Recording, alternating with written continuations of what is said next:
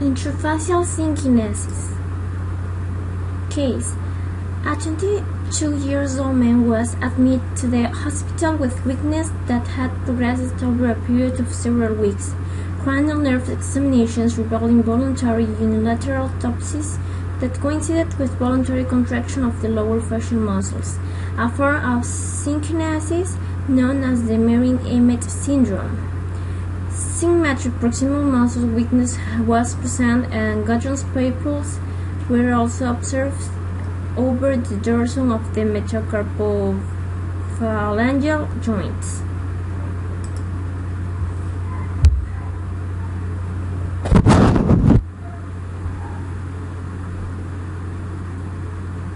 Bell's palsy.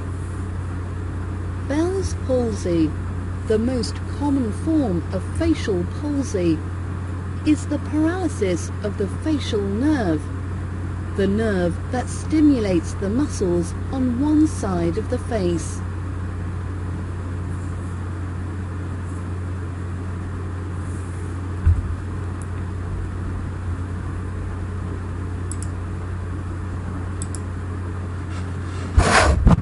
Applications in medicine. Diagnosis. Laboratory data were notable for an elevated serum creatine kinase level of 51,000 units per liter, normal range 55 to 170. A diagnosis of dermatomyositis was made. However, the finding of synkinesis could not be explained by dermatomyositis. Further medical history was obtained, and the patient described an episode of Bell's palsy that had occurred several years before this admission and that had affected the left side of his face. Synkinesis describes the involuntary movement of a muscle that occurred with the voluntary movement of a different muscle. Treatment. In most cases, Bell's palsy symptoms improve without treatment.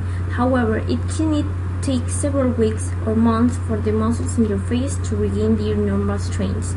The following treatments may help in your recovery: medications, corticosteroid drugs, antiviral medications, over-the-counter pain medications, using eye drops and an eye patch, massaging your face, doing physical therapy, exercise to stimulate your facial muscles.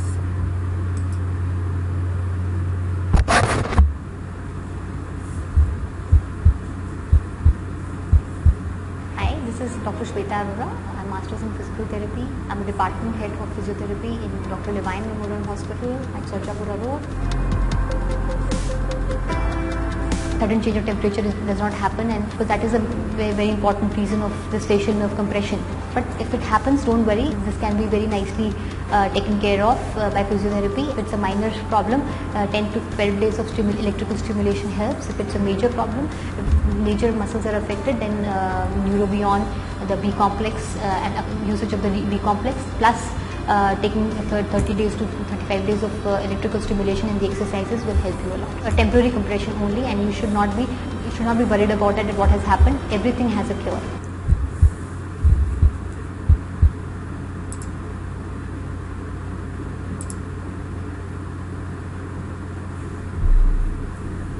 So exercises to help close the eye, and I think this is really key one because obviously with issues with closing the eye. What you're going to start off is you want to look down, and then we want to try and shut our eyes. So it's difficult to do in front of the camera, and then we're going to help our eyes shut. We're just pushing them down the backs of our fingers. So do that again. Look down. Try and shut the eyes. And then bring that other eye down. Hold it down. That's holding it down. Now, the next stage on from this is we want to do that, and then we want to try to stretch the eyelid motion and get that moving. So again, forward and down, try shutting the eyes, open along. Okay, and now while we've got the finger there, we're now going to work on along my eyebrow, pulling the eyebrow up, and I'm holding my eye shut, keeping my other eye shut as well, because I don't want to stimulate the nerve to say open my eyes. So I'm thinking about keeping my eyes shut, which is why the other one's shut, and I'm just pulling the eyebrow, you can see, stretching the eyelid out.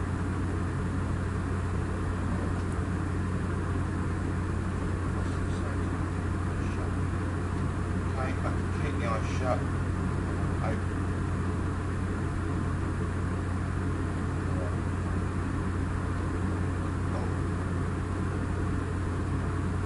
Rub, okay, and then look down, try and shut them. Getting better, I think. Put it down, and then repeat the exercise. Now what I would say is, I do this one 4 times a day, and it's probably the one that I spend the most time on. You read the blog, you see that's the problems with stuff getting in my eye. I dislike not being able to shut my eye. So I think that's probably why the first thing that I started to get back is actually this motion on the eyelids. So it's not going to be the same for everybody, but obviously I'm going to work on these things. So that's the shutting of the eye exercise. You see mine's a little bit irritating now, but pressing onto it. But there we go. Hope that one helps them.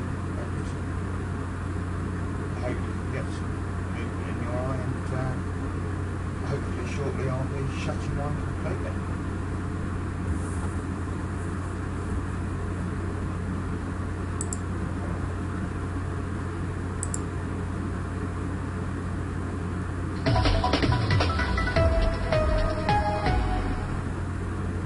Botox treatments aren't just to treat wrinkles anymore. The injections treat everything from migraines to TMJ and now Bell's palsy, the most common form of facial paralysis, which has many root causes from respiratory illness to stroke. Nice to see you again. You ready? Joe Vieira has a form of Bell's palsy, which affects 40,000 Americans a year. Vieira has partial paralysis on the left side of his face. And I had a surgery, and while they did the first surgery, they got the facial nerve by accident. The facial nerve regenerated, but incorrectly. Joe's face sags, his eye is partially closed, and he experiences involuntary movements. Injections of a drug similar to Botox alleviates the problem by treating the normal side of his face. The part of the face that's quote-unquote normal is trying to make up for the part of the face that's paralyzed, and it's pulling with extra force. So people feel a lot of discomfort, and they feel asymmetrical. They look asymmetrical. Cosmetic physician associate Masha Benar uses dye-sport injections to weaken or disable the strong muscles so the face functions more evenly. This is probably the most vital area that's going to fix the smile. You don't feel as weaker on the left side because the right side it gets a little weaker, so it gets even. That makes you feel much more comfortable. Joe received about a dozen injections he says are painless.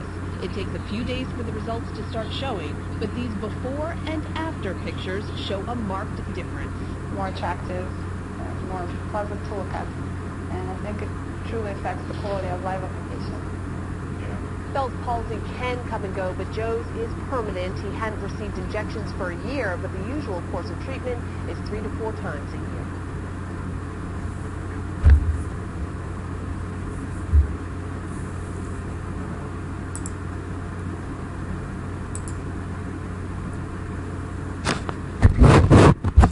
Pros and cons. Most people who experience an episode of Bell's palsy will completely recover without complications. However, complications may occur in more severe cases of Bell's palsy. These include the following. You may have damage to the 7th cranial nerve. This nerve controls your facial muscles. You may have excessive dryness in the eye, which can lead to eye infections, ulcers, or even blindness. And you may have synkinesis. Issue in Ecuador. Intrafascial synkinesis is rare in Ecuador, but the facial paralysis if it is very common and if left untreated could trigger intrafascial synkinesis. Conclusion. In conclusion, intrafascial synkinesis is a condition in which moving one body part causes another to move involuntarily. For example, your eye may close when you smile. It is thought to develop primarily as a result of a varying generation of nerve fibers after traumatic injury and can be a sequelae of Bell's palsy.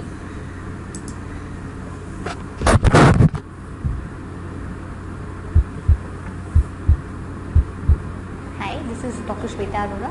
I'm Masters in Physical Therapy. I'm a Department Head of Physiotherapy in Dr. Levine Memorial Hospital on Sarjapura Road.